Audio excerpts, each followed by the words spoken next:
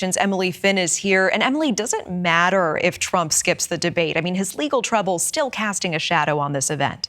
That's absolutely correct, Natasha. Well, earlier tonight, the former president did confirm on his Truth Social account that he will not be participating in the debates. Despite his upcoming absence, new developments from each of the candidates' respective camps are showing just how strong of a hold the former president has on the party's base.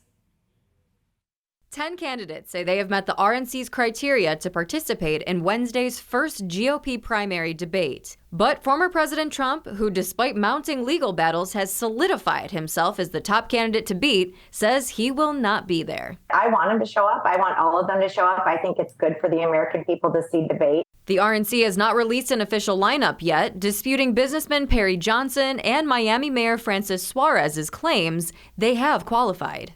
If the American people don't get to know you, it's impossible for them to support you. With 1 day to spare, former Arkansas Governor Asa Hutchinson says he surpassed the requirement for 40,000 unique donors. I just want you to know, I know that this is an uphill battle. They will join former UN Ambassador Nikki Haley, Senator Tim Scott, former New Jersey Governor Chris Christie, and North Dakota Governor Doug Burgum on the debate stage in Milwaukee. And perhaps the most highly anticipated candidates will be Florida Governor Ron DeSantis and entrepreneur Vivek Ramaswamy, both generating the most popularity in the polls ahead of the event. A memo from the pro-DeSantis Never Back Down Super PAC advised the Florida governor to, quote, hammer Ramaswamy and defend the former president as part of his debate strategy.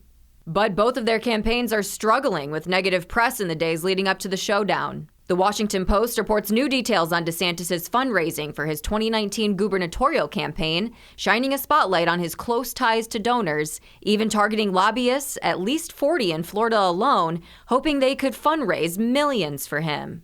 The new information drawing a stark contrast to his biggest opponent's messaging. But one of the things he did not do was drain the swamp. I mean, the swamp got worse in his 4 years. It is time to drain the swamp in Washington, D.C. And for Ramaswamy, he's now facing 2 lawsuits from former employees claiming his company pressured them to violate securities laws.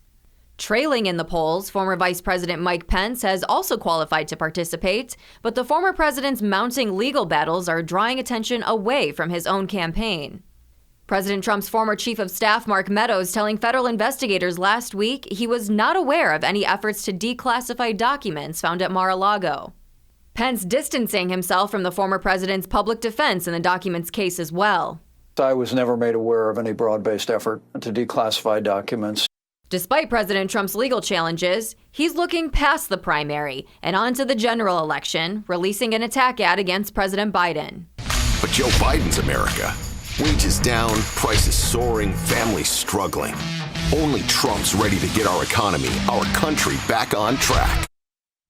So the candidates who do meet all of the RNC's criteria will now need to make sure that they sign the required loyalty pledge, which is a promise to support the eventual nominee in order for them to participate in the debates. Former President Trump has publicly vowed not to sign that pledge, saying that he would not endorse some of the current candidates vying for the GOP nomination.